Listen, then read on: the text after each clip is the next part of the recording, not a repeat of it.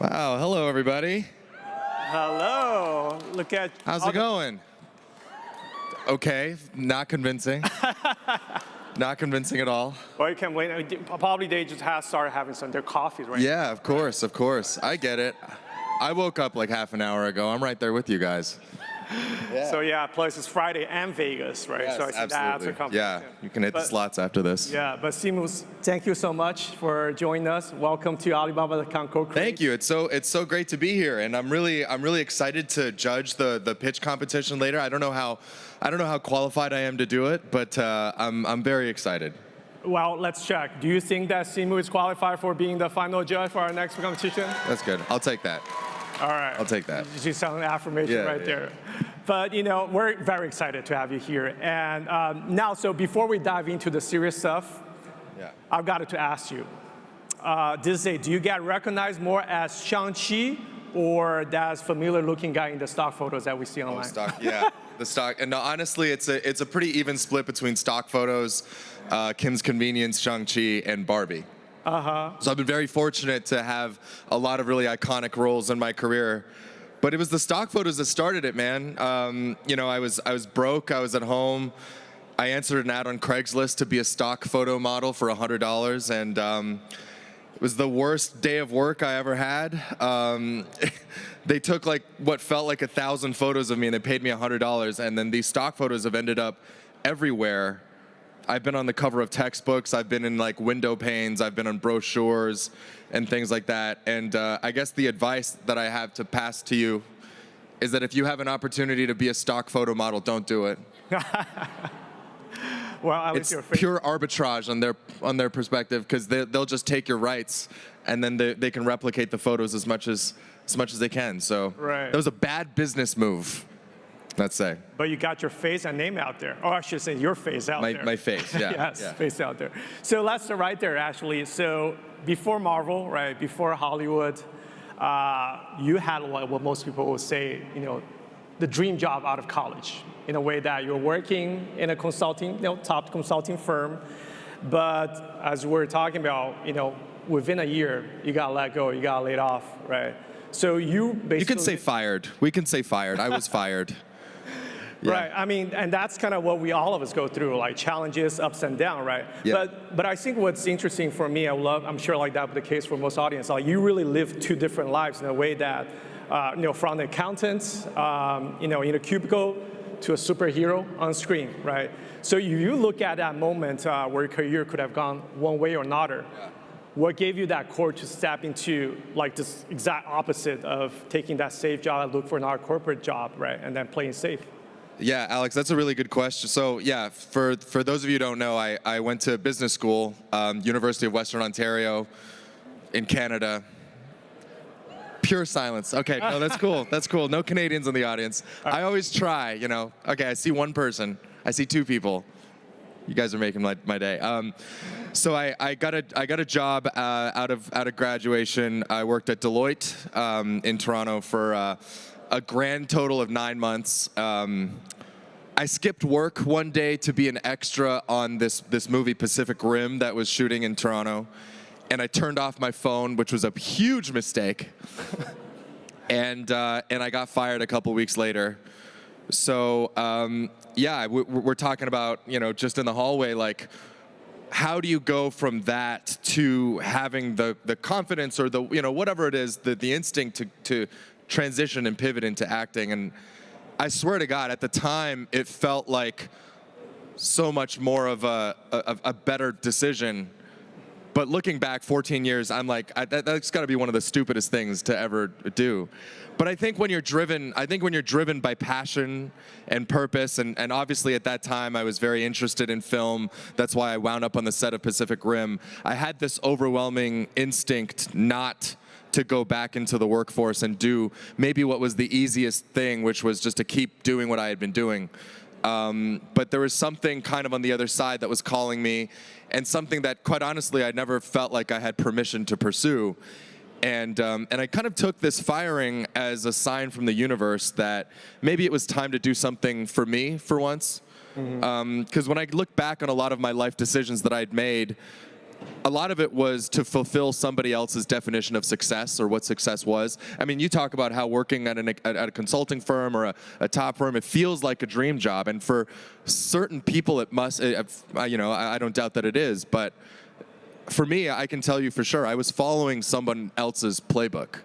I was following someone else's ascribed version of what success was, and I thought that was a nice job at a sexy sounding firm, and getting to go to work every day in a tall tower and having a condo in the city, all of those things, and I just found it didn't fulfill me. So yeah, I took a wild, some would say delusional leap, and it happened to be at a time where representation and media and television and film, it was all kind of starting to bubble and become a bigger topic. And so a lot of things in the universe had to go my way, and then it was the combination of that and also feeling the passion and using it to fuel my motivation every day, and just somehow, somewhere was able to build a career out of it. So I still, trust me, I wake up every day and I'm in awe. Amazing, amazing. I mean, I feel like that's a case with a lot of us here, right, at the Alibaba.com CoCreate. A bunch of them are basically entrepreneurs just starting their business, or they already made it. But all of you guys, I'm sure you can attest, right, went through the ups and downs, and there are times that they're not sure whether this is the right decision. But to your point, like, it's that passion that drives them. But in your case, instead of going that safe route that you mentioned, you actually start chasing acting, being a stuntman, being a background actor, right? So I'm sure that was an easy process, right? Because you were no one at that time in Hollywood, right? So, like, how did you what kept you moving forward at that time, right? Because during those days, how did you build that resilience, right, to keep you going from a regular Joe, like all of us, and then Sure. trying to break into acting? Yeah, I understand. It's a really, really great question. Some of my hardest days were working as, a stock photo model. One day I was handing out dog food samples on the side of the street, and I ran into somebody that I used to work with. But by then he had been promoted. He was wearing a full suit and tie, and I was like wearing this dog food outfit and was trying to hand him samples. And that was a tough day for me. Right. A really, really hard moment. Look, there's no shortcut to it, right? Like, every road to, whether it's entrepreneurship, and I felt like very entrepreneurial in a sense as well. I was trying to introduce myself as a product to an industry that, like, really I didn't know a whole lot about, and I was making every single possible mistake along the way.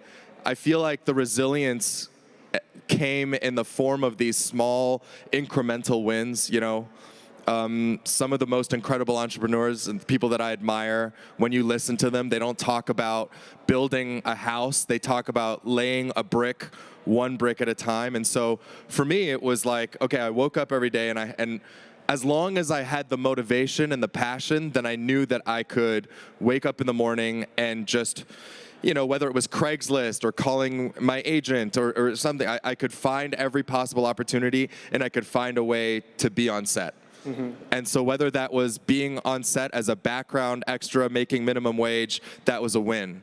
Or getting to audition for my first TV show, that was a win. And then getting cast in my first TV show, that was another big win. And these incremental steps, not really knowing if the end was ever going to come. And truthfully, today, I view my career literally in the same way. It's just all of these little incremental steps to get to some version of like where I want to go. But ultimately, you realize it's not the destination that matters. It's the journey. And I know that sounds cliche, but it's very, very true. And so over the first 4 years of my career, it was a lot of these small wins, and then they were spaced out by a lot of frustrating nights and a lot of moments of rejection. Especially for an actor of color coming up in that kind of environment. But I think just the overwhelming belief that I was pursuing my own definition of success, just to bring it back to that, was also the thing that kept me going, even in the midst of the darkest times and times when, quite honestly, my family was not supportive of, my career decision. I see a lot of immigrants in the audience, so I know a lot of you understand what how your parents would react if you told them that you were going to quit your job and become an actor. Probably wouldn't go over super well, and it certainly didn't go over with mine. So those 4 years were tough, but I was finally living for me, and I feel like that feeling when you're just starting a business and you're just, there's so much that's unsure. You're taking L's, you're taking dubs, occasionally, but like you feel like you're fighting your fight and you're doing it for you. Like that's a feeling that nobody can take away from you, and that was the special thing that was keeping me going. Yeah, no, totally. I feel like that can really resonate with all the entrepreneurs here, right? Because you don't have that fire. You got like 10,000 doubts and questions. Okay, am I making the right decision? Like, say, quitting my job and then start a business, right? Or whenever face the challenge, hey, I can't get a product done, right? Or can sell one of these products. How can I deal with that, right? So definitely.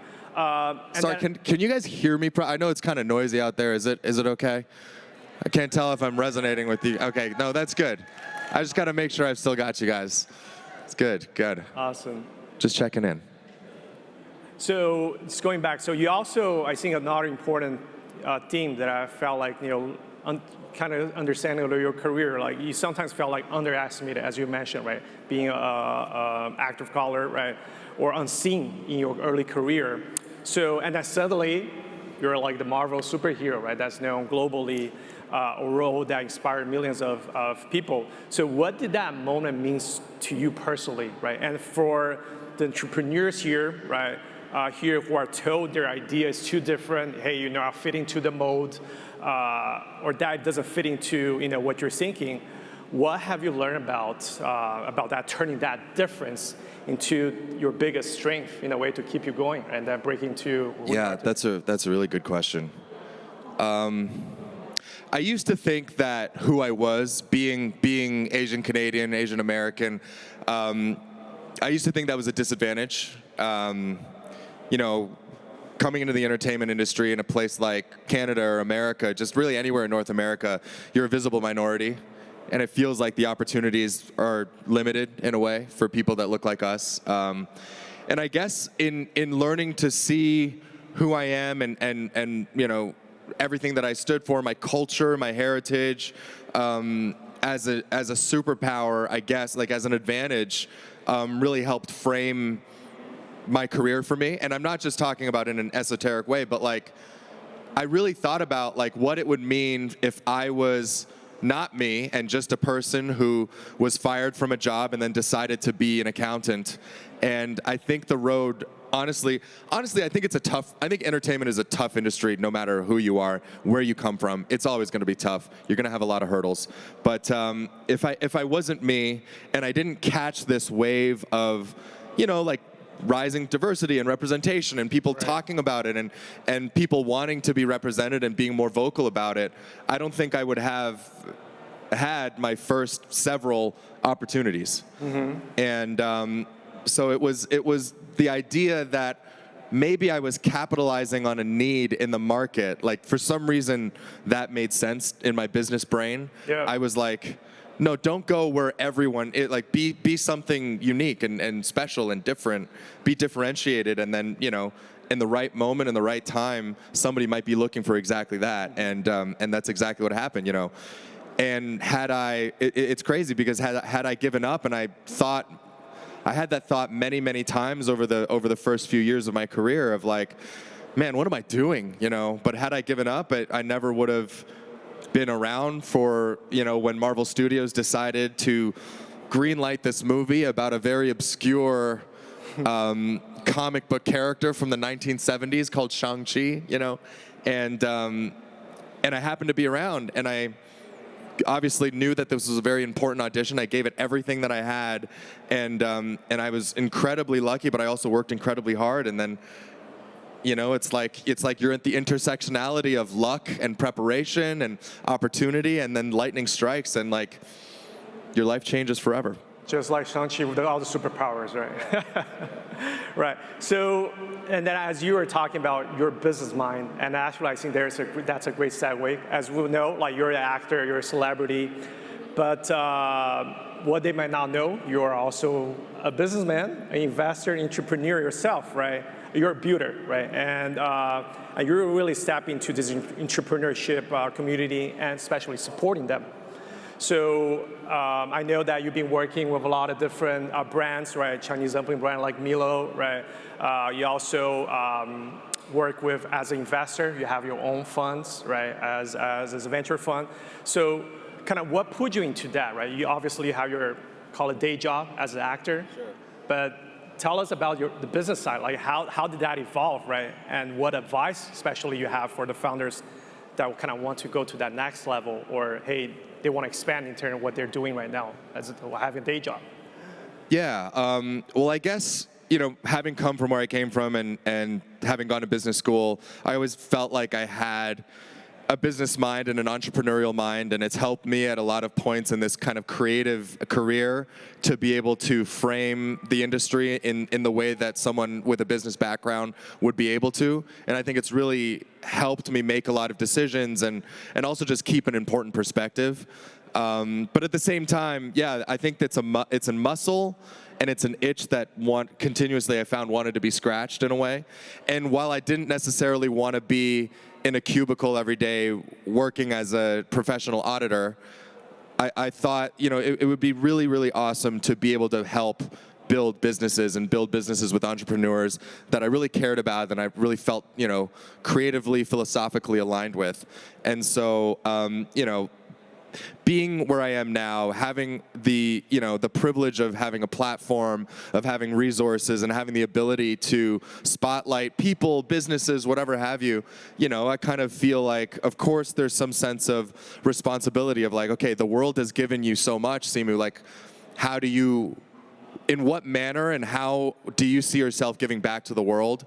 And, a big part of that, I think, is helping to build things from the ground up. And that's why entrepreneurs love what they do, right? It's the idea of creating something from nothing, of building businesses, building ideas, and it's just something that I always really, really jived with, and so, yeah. Especially we talked a lot about my years of struggle. I know a lot of entrepreneurs are in the midst of that struggle, and if there is a way for me to help an entrepreneur, a founder, take even the first few steps forward, or to help create the math of, the luck and opportunity and preparation, like just to help them come to that crossroads a little bit sooner. Mm-hmm. I feel like that's already a huge value add. And so, for example, a business like Mila, which is a soup dumpling company that I'm the chief content officer of, an investor, and also like a very, very proud customer of. It was a business that, nice, a couple of people ordering Mila in their fridge. That's really good. I was just really, really inspired by the founders, by their vision, and wanted to get involved very early on, and then found that we had a really fantastic working partnership and just kind of were off to the races. So it's something that I continue to be really passionate about. It's why I'm here today, and I can't wait to, honestly, I can't wait to listen to some of these business pitches. Yeah, totally. No, so I think that kind of tying to Alibaba.com, right? As you mentioned, that having a platform. So I feel like a lot of these attendees, right, in the audience, started off, having an idea, right? That kind of tying back to our Alibaba.com CoCreate, right? The idea is that having that partner where you be able to lean on to really be able to develop and co-create something. And I feel like, exactly kind of tying to what you're saying is really finding that resource and partner, right, to really be able to lean on, right, to be able to move on and create something that never imagined that they were possible, right? And then just going back really quick about the business side. So the investor part, like putting on your investor hats, right? You're a partner, right, at a venture as well. So I'm quite curious, and I'm sure like a lot of us here as well. So when you meet an entrepreneur, beyond the numbers, what you look at, like what really makes you lean and say, all right, this is someone that I'm really interested in backing? Yeah, wow. There's so much, but some of the investors that I speak to that I admire the most, they actually say invest in the founder, not necessarily the business. And obviously, it's an adage and it's kind of tongue-in-cheek because, of course, you have to believe in the product to some degree. But I think what I've learned, seeing businesses rise and fall, many of them I've invested in personally, is that an idea will only get you so far. And oftentimes we see a business and we're like, oh, I had that idea once, and that's an easy thought to have, but just having the idea is maybe one step in a 2,000-step journey of the other 1,999 steps are all execution and strategy. Yeah. And so the founder is what informs the execution and the strategy. Of course, an idea can be good, but if you don't believe that a founder has the wherewithal to execute, it takes a lot, right? It takes grit, obviously. I have to consider, is this the founder that's going to really honestly put in the hours and truly believe in their own product and their own business and also in their own capabilities? And also, can they believe in themselves in a way that also leaves room for a certain level of humility? Is a founder able to adjust, able to identify critical feedback to absorb it and to actually implement change? It's a lot harder than I think people realize. Right. And not only do I see it in founders, entrepreneurs of CPG, everyday business, I see it in the entertainment industry as well. It's very, very hard for us to pivot and to respond to what's happening in the marketplace in real time. And so just the ability to do that, the self-awareness, the humility, but also the underlying passion and the grit, and the combination of all those things that make a founder special. I know it's so easy to say, right? But those qualities in a founder are extremely rare. Yeah, no, and I think that's kind of a great, I feel like a great advice, right, for all you in the audience, right, in terms of what you're looking for when you're trying to, get that funding or really get that client. I think that's exactly the approach, right, in terms of how you'll be able to navigate that, right? And at the same time, there are other questions I'm sure a lot of people in the audience will be interested in the kind of your segment on Dragon's Den, as you know, kind of went viral, where you had the moment where you pushed the bubble tea brand, right, kind of like the culture route. Oh, yeah. Yeah, so I think that really struck a chord, right, to a lot of people. So why is authenticity, right, so important in business for you, right? And what can the founders here take away from that? Yeah, did you guys do you know what he's talking with the Dragon's Den? Okay, a lot of people actually said, Jesus. First of all, I should say, I never intended for that to be a viral moment. The producers wanted really good TV, so they put that business in front of me knowing how I would react, and then I was wearing an earpiece, and the producers were constantly like, what do you think about that? Doesn't that make you angry? You should say something, say something. And so they kind of really pushed me into it. But looking back, I am glad that they did, because look, authenticity as a kind of, again, as an altruistic kind of esoteric thing, that is one thing, and that's that's up to each and every one of us, and to reflect within ourselves how we feel and how we stand on that. But I think in business, it's actually critical, because imagine, and I don't want to besmirch or talk badly about any company or any founder, but imagine going into a product like a popping boba or like a boba beverage and not having anybody in your cap table or on your board who represents where that beverage actually came from. I just feel like you're not future-proofing your business. That's a bad business decision. And so when you go up in front of a founder, when you're pitching investors on this beverage product that clearly is from, it's tied to a culture and a place, you better be prepared to answer that question at the very least, right? And if you're not, then maybe that investor doesn't want to give you their money because they feel like you've overlooked a very critical part of the business process. And so that's kind of what it came down to for me. It's not about gatekeeping or asking, do these people have permission? They can do whatever they want to do. They can just, whether or not I believe in that business as a founder, as an investor, and whether I individually want to put resources behind those founders, that's a different question. Yeah. And so, yeah, I felt like it was very important for me to articulate why it was very important for me that that kind of authenticity and representation exist in that business, and hopefully for their own good. I hope that they've changed their practices, or at least gotten some relevant people involved in the back end of their business. But yeah, I thought it would be important to kind of communicate why I was turned off as a potential investor. Right. Yeah. Yeah. So, and I think the reason, right, I think that's kind of strike a core is that it's also tying to all the entrepreneurs here, right, at Alibaba.com, CoCreate, is that focus on authenticity, right, and the empowerment. That's exactly why this community here, CoCreate is all about. Because many in the room here, it's building something, right? They go on to Alibaba.com, they have a great idea, they want to source the products, but at the same time, it's a competitive market, right? So how do you stand out? How do you reflect the product of actually who you are, what you believe in, right? And but also looking for ways to be able to stand out in market, to scale, right?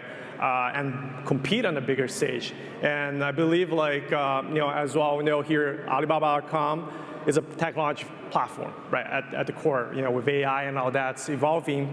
So that's kind of, I believe, where the technology comes in. And we'd love to kind of get your perspective for the audience perspective is that one of the hardest things for small businesses in finding the right suppliers and partners to get their ideas right into something tangible that they would touch on. So you can sometimes take months, years to get it right. And I think we kind of briefly talk about at the hallway, right? Alibaba.com, we have been working on this cool AI tool called Axio. Essentially, think about you use the AI to make that process a lot faster, right? So you can connect with entrepreneurs instantly with the right suppliers and product ideas. So I want to ask you, put this to you. So where you look at business today, whether they're small shops, right, or kind of global brands, what is your take on AI as a business, right, as an investor? Do you see all that different?